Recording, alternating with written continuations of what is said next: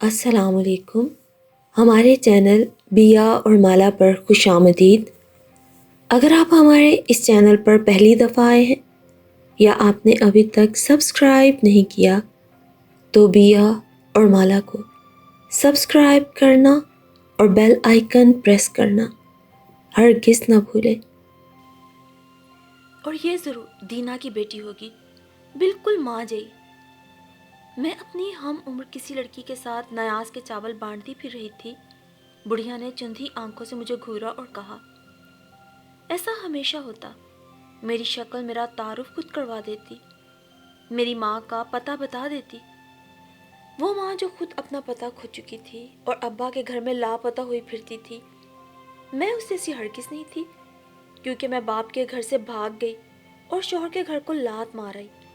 میں بھلا ماں جی کیسے ہو سکتی تھی؟ پر دینا تو دودھ ملائی تھی، حور پری. یہ لمبے کالے سیاہ بال، یعنی میں ماں سی تھی لیکن دودھ ملائی نہ تھی. دادی جو اب مر کھپ گئی کہتی تھی کہ جب تو پیدا ہونے والی تھی تو اوپر تلے تیرے نانا نانی مر گئے. تیری ماں نے وہ سوگ منایا کہ منی کا رنگ و روپ کھال بال سب کھا گئی. منی کون؟ میں جسے دادی ساری عمر کاکی، اے چھوکری، سن مرن جوگی کہہ کے بلاتی رہی. اماں کو اوقات دکھانی ہوتی تو منی بنا دیتی. ویسے میری دادی ایک ایسی ساس تھی جو بہو کو کمینی لچی سمجھتی اور کہہ کر بلاتی بھی. ایسی آوارہ بہو کی لچی اولاد کو انہیں ایک بار سنبھالنا پڑ گیا. وہ ہمیں مار مار کے سوکھی روٹیاں کھلا رہی تھی جو ہمارے حلق سے نیچے نہیں اتر رہی تھی. دور فٹے منہ، ماں تو شاہی لونڈی بنی ٹھسے سے میکھے بیٹھی ہے اور میں یہ اود بلائیں پالنے کو رہ گئی. شاہی لونڈی. اماں خون بھرے جبڑوں اور سوجے ہوئے ہاتھ منہ پیر لے کر میکے گئی تھی کہ 2 دن ابا بچوں کو رکھیں گے تو لگ پتہ جائے گا.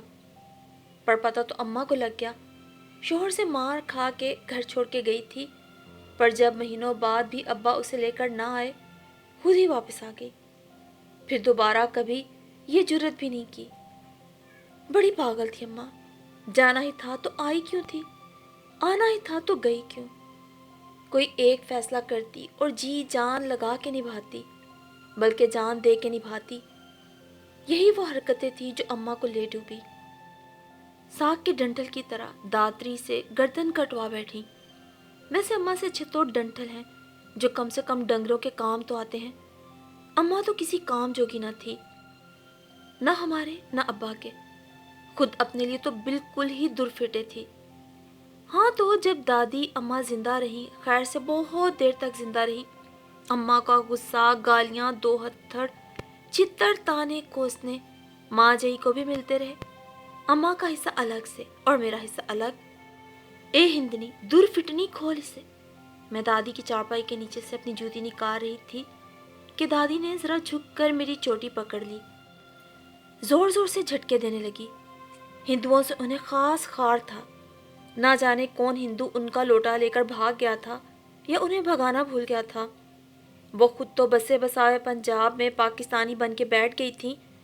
نہ بارڈر پار کیا، نہ بلوائیوں کو بھگتا، نہ کسی ہندو کے لیے اپنا گھر بار چھوڑا. پھر بھی دل میں انات کا کھیت اگا لیا. ساری نفرت اور غلاظت ہندوؤں کے نام کر دی تھی. اتنی اونچی چوٹیاں نیچ ذات کی ہندنیاں بناتی ہیں. مسلمان لڑکیاں یوں سروں پہ لومڑیوں کی طرح دمے لٹکائے نہیں پھدکتی. اب مجھے کیا معلوم نیچ ذات کی ہندنیاں کیا کیا کرتی رہی تھی. میں تو اونچی ذات کی دادی کو جانتی تھی جو ایک بد کردار عورت کی ساس اور اس کی آوارہ بیٹی کی دادی تھی. مسلمان عورتیں بھی میری نظر سے 2 ہی گزری تھیں. ایک میری دادی جو روز مردہ ماں کی زندہ لاش پر 2 لتیں مارتی، اور ایک اپنی ماں جو سانس لیتی، بھاگتی دوڑتی اور 2 لتیوں کو کھاتی رہتی. یہ سوانگ کس کو رجھانے کے لیے رچاتی ہے؟ مردودنی. وہ میرے بال کھول کھول کر خوب جھٹکے دے رہی تھی اور منہ اندر کی طرف کر کے اماں کو سنا رہی تھی. اماں بھی کبھی کبھار ایسی ہی اونچی چوٹی بناتی تھی. ویسے اماں یوں چوٹی نہ بھی بناتی تو بھی وہ نچلی سے نچلی ذات کی ہی رہتی. لونڈی، مردودنی. کیسا پیارا دین ہے ہمارا. اس دین سے کوئی بات تو سیکھو. مردودنیوں، کیسی کیسی پاک دامن بیویاں اس دنیا سے چلی گئیں، کسی نے یہاں ڈیرے نہیں جمائے۔ کتنا عذاب لگتا ہے تمہیں اپنا جسم لپیٹ کے پھرنا۔ بس نہیں چلتا کہ کھالوں سے باہر آ آ کے لوگوں کو بتاؤ کہ آؤ ہمیں دیکھو، کرو نظارہ ہمارے حسن کا، ہاں ہاں دیکھو ان کم ذاتوں کو۔ اب دادی سب ذاتوں کو گنوا کر ہی چپ ہونے والی تھی۔ اندر سے اماں نکلی، میرا ہاتھ پکڑا، بال سنوارے اور پڑھنے کے لیے بٹھا دیا۔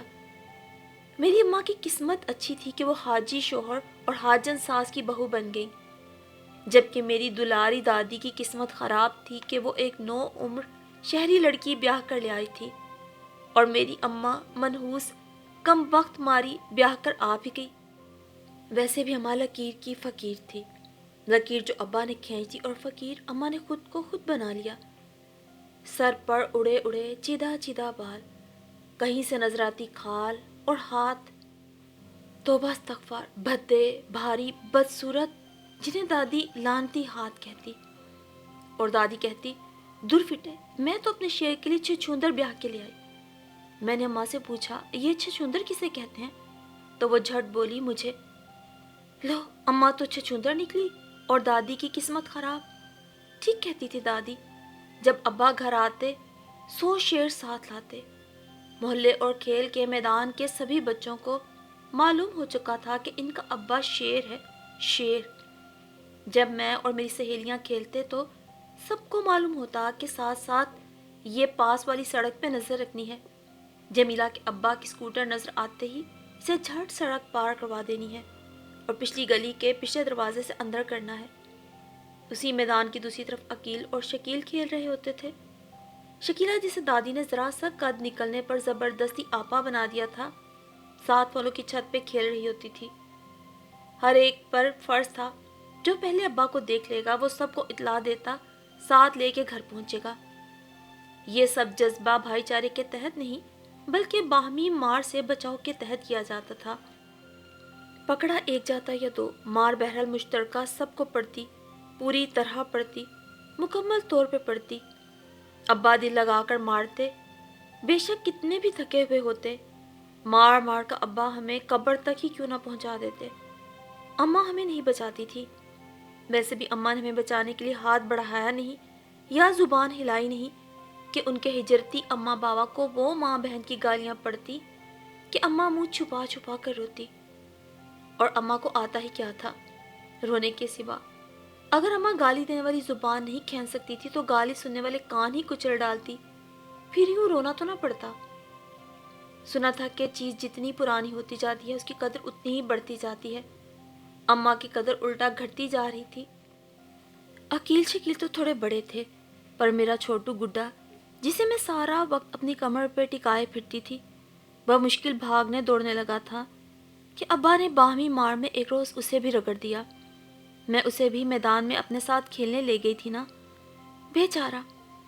سرکاری اسپتال کے ڈاکٹروں نے کہا پیٹ میں کوئی آنت پھٹ گئی ہے، خون رسنا بند ہی نہیں ہو سکا، 9 ماہ تک پاخانے میں خون آتا رہا۔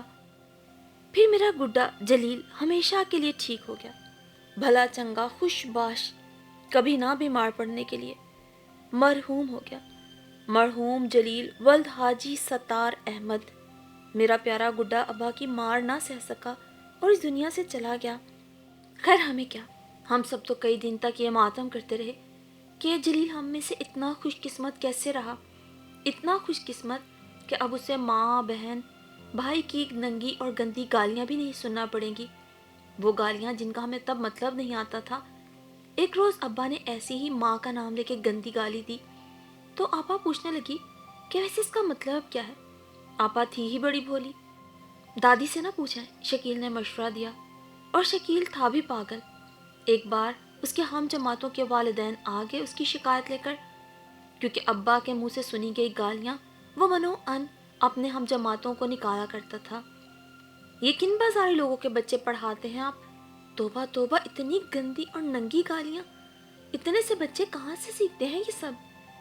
اور اس دن اماں نے پہلی بار شکیل کی خوب پٹائی کی، اس اماں نے جو کائی لگے گھڑے کا بدبودار پانی تھی، جو خود بھی ہمارے کسی کام کی نہ تھی، جسے پیاس میں پیا جا سکتا تھا نہ احترام میں۔ دادا کو اللہ جنت میں بڑے بڑے سے محل میں رکھے، دادی کو بٹھائے ایک بار سائیکل پر لے جا رہے تھے کہ سامنے سے آتی گھوڑا گاڑی نظر نہیں آئی، خود وفات پا گئے اور دادی کی آدھی ٹانگ لے گئے۔ ان 1.5 ٹانگوں کے ساتھ دادی گھر میں ایسے اور اتنے دھمال کرواتی تھی کہ میں سوچتی ہوں 2 ٹانگوں کے ساتھ کیا کچھ نہ کرتی۔ ویسے دادی بھی گیدڑوں کے سامنے ہی شیر تھی، پھپھا کے سامنے تو دم کٹی چھپکلی بن جاتی۔ پھپھا اور ابا کی بنتی نہیں تھی، عمر بھر کا مرنا جینا ختم تھا۔ لاہور کی کسی شادی میں پھوپھی بھی آئی تو چپکے سے دادی سے ملنے آ گئی۔ اگلے دن اسی شادی میں ہم سب بھی شریک تھے۔ میں نے پھپھا کو سلام کیا اور پوچھ لیا، آپ کل پھوپھی کے ساتھ ہمارے گھر کیوں نہیں آئے؟ اور شادی والے گھر میں جو پھوپھی کے ساتھ ہوئی وہ الگ، اور جو میرے ساتھ میرے گھر میں ہوئی وہ الگ، کیونکہ پھوپھی تو پھپھا سے چوری چوری ہمارے گھر آئی تھی۔ اس ساری رات اماں میرے سرہانے بیٹھی رہی، نہ پچکارا نہ دلار کیا، بس بیٹھی مجھے گھورتی رہی، جیسے یا خود مرنے والی ہو یا مجھے مار دینے والی ہو۔ ویسے اماں میں ٹھیک سے زندہ رہنے کی طاقت نہیں تھی، زور لگا کے مرتی یا مارتی کیا، بس بددعا ہی تھی اماں ہم سب کے لیے، خود اپنے لیے تو سب سے پہلے تھی اور سب سے زیادہ تھی۔ پھپھا پھر کئی بار مجھے خاندان میں آتے جاتے نظر آئے، مگر دوبارہ ان پر سلامتی بھیجنے کی میں نے غلطی نہیں کی۔ جب ان کے بیٹے کے ساتھ آپا کا رشتہ پکا ہو گیا تب بھی نہ جانے پھپھا کیسے آپا کا رشتہ لے آئے۔ دادی پھولی نہیں سماتی تھی کہ بیٹی اور داماد گھر آنے جانے لگے ہیں، ملنے ملانے لگے ہیں۔ آپا دنوں میں سوکھ کے تیلی سی بن گئی۔ اماں نے بھی قسم کھا رکھی تھی کہ بیٹیوں کو اپنے ہاتھوں سے مار دیں گی، خاندان میں نہیں بیاہیں گی۔ اماں اللہ مجھے معاف کرے بڑی جھوٹی تھی، نہ آپا کو مارا نہ اکسایا اور بیاہ دیا پھپھا کے گھر۔ پھپھا ان دنوں بہت میٹھے تھے دادی کے ساتھ۔ دادی نے ہی ابا سے رشتہ لے کر دیا پھپھا کو، رشتہ کیا بیاہ بھی دیا، اور پھر آئے پھپھا کی جوتی کی نوک تلے ابا۔ احسان مانے کہ میرا، اس کی حرامی اولاد کو کھلاتا ہوں، ابا نے بھی تو کھلایا تھا۔ پھپھا خاندان میں ہر وقت آپا کو ننگی اور گندی گالیاں دیتے دھاڑتے۔ شادی کے بعد 2 بار آپا آئی تو اس نے ابا کو اس جہان کے بارے میں بتانا چاہا جہاں اسے بیاہ کے رخصت کیا گیا، جہاں دھتکار اور بے بسی ہی اس کی زندگی تھی، تاکہ ابا کی راتوں کی نیند اڑ سکے۔ بھولی آپا بیچاری نے 10ویں پاس نہیں کی تھی کہ ابا نے شادی کر دی۔ دادی نے پھوپھی کی راہ کھولنے کے لیے دونوں کی راہ کھوٹی کر دی۔ پھوپھی، دادی، ابا سب آپا کو لے ڈوبے۔ سنا تھا پھپھا جو کہ ابا کے ہی گاؤں کے رہنے والے تھے، جوانی کے دنوں سے ہی ابا سے بیر لیے ہوئے تھے۔ نہ جانے کس کبڈی کے دنگل میں ہرا دیا تھا ابا نے کہ پھوپھی کا رشتہ لے کے ہی پھپھا نے ہار کا بدلہ لیا۔ ویسے عورت وہ ترپ کا پتہ ہے جو ہر مرد جواری کو راس ہے۔ پھپھا کو بھی پھوپھی خوب راس آئی کہ پھوپھی کی روز صبح و شام جوتیوں سے تواضع ہوتی۔ 7-8 سال تک وہ نام کی ہی دلہن رہی، لوگ تھو تھو کرتے۔ پھوپھی کو تو خاندان کی عورتیں نئے نئے نام دیتی۔ ویسے ٹھیک ہی کہتی تھی، پھوپھی بھی اماں جیسی ہی تو تھی۔ پھر اکیل ایک بار فیل ہوا تو ابا نے اسے ویلڈنگ کی دکان پہ بٹھا دیا۔ ایک بار پھر اماں نے اپنے ماں باپ کی گالیاں سنی اور چھٹے بچے سے بڑھا ہوا پیٹ۔ اف توبہ، اماں کیسے چیخی تھی۔ اگلی کئی راتوں تک میں خواب میں بھی ڈرتی رہی۔ اماں خون میں لت پت ہو گئی۔ ابا نے رکھ رکھ کے لاتیں ماری۔ ساتھ والی پڑوسن خالہ ابا کو پرے دھکیل کر 2-3 اور ہمسائیوں کو ساتھ لے کر اندر آئے، پر دیر ہو چکی تھی۔ بھلا اماں کو کیا ضرورت تھی اتنی لمبی زبان چلانے کی۔ ابا نے کہا بھی، دفان ہو جا، میرا سر نہ کھا، اور اماں بار بار یہی کہتی رہی، شام کو دکان پہ چلا جایا کرے گا، دن میں اسکول جانے دو، خدا کے واسطے میرے بیٹے کو پڑھنے دو۔ ابا نے سالن کی پلیٹ منہ پہ دے ماری۔ برداشت کی بھی حد ہوتی ہے۔ کمینی عورت کھانے کے دوران بولے جا رہی تھی، مار کھائے جا رہی تھی، بکواس کیے جا رہی تھی۔ دن میں اسکول چلا جائے گا، شام میں دکان۔ اماں تو جیسے ہذیانی کیفیت میں چلی گئی تھی، مار کی دکھ تکلیف تو اسے محسوس ہی نہ ہوئی۔ میرے کان پک گئے تو کیا ابا کے نہیں پکے ہوں گے؟ اب سکون رہا جب چھٹا بچہ پیٹ میں ہی مرحوم ہو گیا تھا۔ تو ہے ایسی عورتوں پر جی، 100 بار تو ہے۔ جب ہمت نہیں ہے تو ایسے شیروں کے منہ کیوں لگتی ہیں؟ چپ کر کے کیوں نہیں پڑی رہتی ایک کونے میں؟ مار نہیں سکتی تو پھر مر کیوں نہیں جاتی؟ عقیل ویلڈنگ کرنے لگا، بڑا خوش رہتا، کہتا استاد بڑا پیار کرتا ہے، رات گئے تک گھر نہ آتا۔ شکیل نے رات دن کتابیں چاٹنا شروع کر دی، اور میں تو بمشکل ہی پاس ہوتی تھی۔ اماں اسکول میں استانیوں کے آگے ہاتھ جوڑتی کہ سالانہ پرچوں میں کیسے بھی کر کے اسے پاس کر دو۔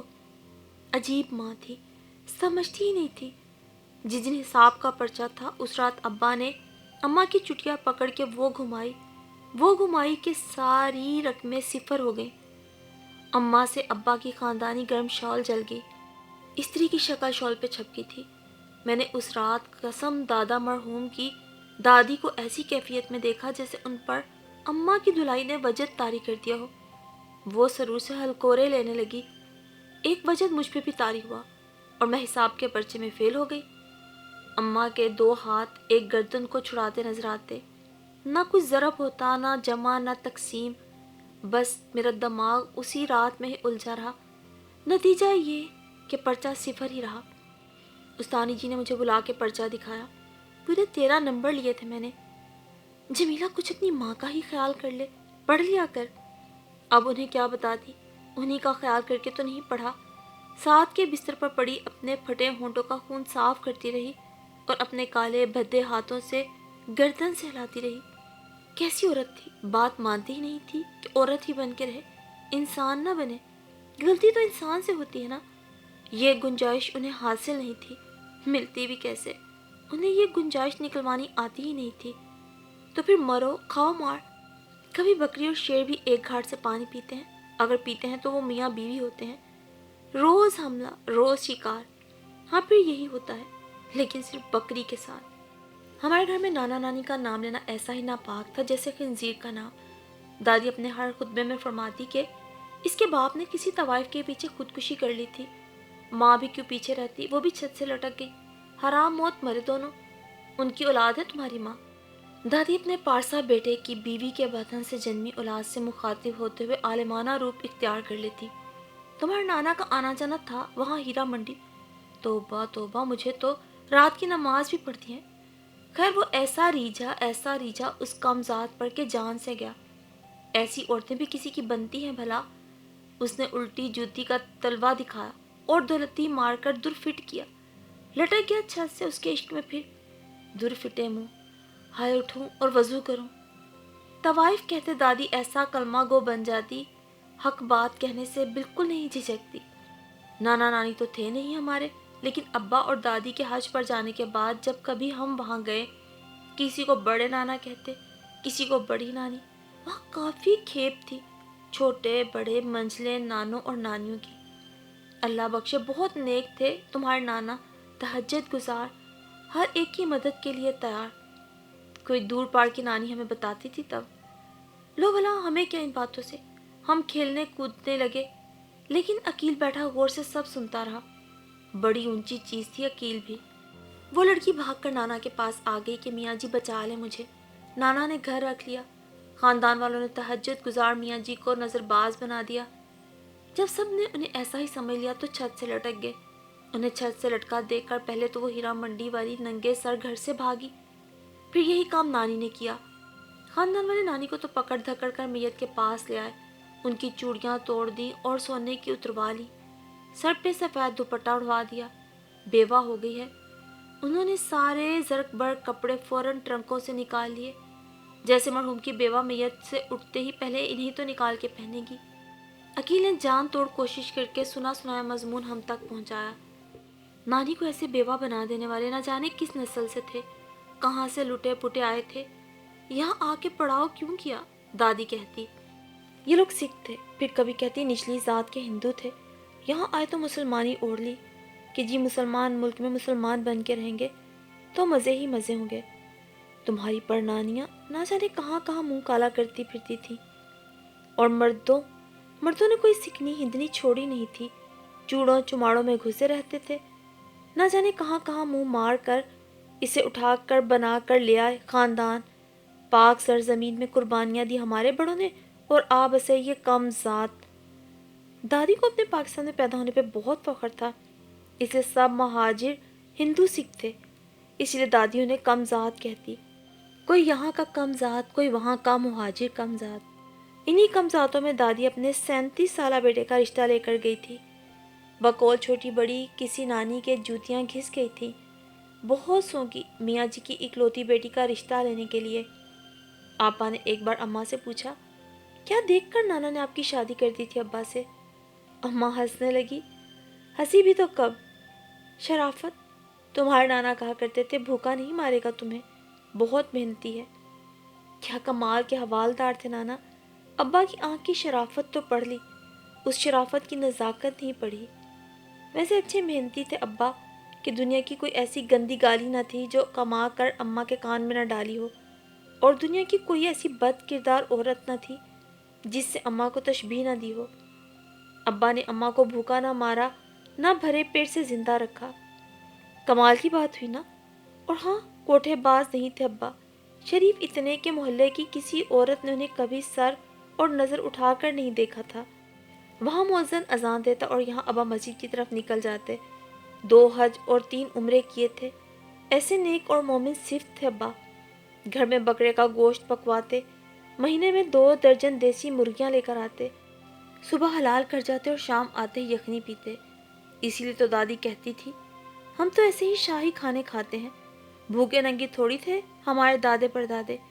یہ بیسن کی ٹکیاں، آلو کے ملیدے، پتلی دالیں ہم نہیں کھاتے، پیلے چاول، دھنیا پودینے کی چٹنیاں، دور فٹے منہ۔ ہمیں کیا پتا 47 کے کیمپوں میں ان بھوکا ننگوں کو کیا کیا دیا جاتا تھا۔ اس روز اماں چھت پر سردیوں کی دھوپ میں بیٹھی، دونوں ہاتھ لہرا لہرا کر نہ جانے کس سے باتیں کر رہی تھی۔ وہ خدا کو سنا رہی تھی، بتا رہی تھی، یا پوچھ رہی تھی، یا اپنے اماں بابا کو کٹہرے میں کھڑا کیے اپنے پیدا کیے جانے کی وجہ پوچھ رہی تھی۔ پہلے میری سمجھ میں نہیں آیا، پھر میں نے ذرا غور کیا تو جانا کہ وہ بڑبڑا رہی تھی اور ہاتھ ایسے لہرا رہی تھی جیسے دہائیاں دے رہی ہو۔ پھر گو مجھ میں سکت نہیں اس منظر کو دوبارہ دہرانے کی، لیکن کوئی اگر مجھے تھام لے، میری کپ کپاہٹ روک دے تو شاید۔ ہاں، تو انہوں نے اپنے ہاتھ اپنے سر پہ رکھ لیے اور اتنی زور سے ایسی عجیب چیخ ماری کہ میں مارے ڈر کے نیچے بھاگ گئی۔ کچھ دیر میں عقیل شکیل کو بھی اوپر لے گئی۔ ہم تینوں نے اماں کو بڑبڑاتے، بال نوچتے، دہائیاں دیتے اور آنکھوں سے خون رستے۔ میں قسم کھا سکتی ہوں وہ خون ہی تھا، دیکھا۔ نیچے سے دادی کے چلانے کی آواز آئی تو ہم نیچے بھاگے۔ اماں نیچے آ کر ایسے کپڑے دھونے لگی جیسے اوپر کچھ ہوا ہی نہیں۔ ہم نے ایک دوسرے کو دیکھا کہ دیکھو اماں کیسے ناٹک کرتی ہے، دادی ٹھیک کہتی ہے، نٹنی ہے، لے جا کر کسی چوراہے میں کھڑا کر دو تو ایسا ناٹک کر کے دکھائے گی کہ دنیا گھروں میں جانا بھول جائے گی۔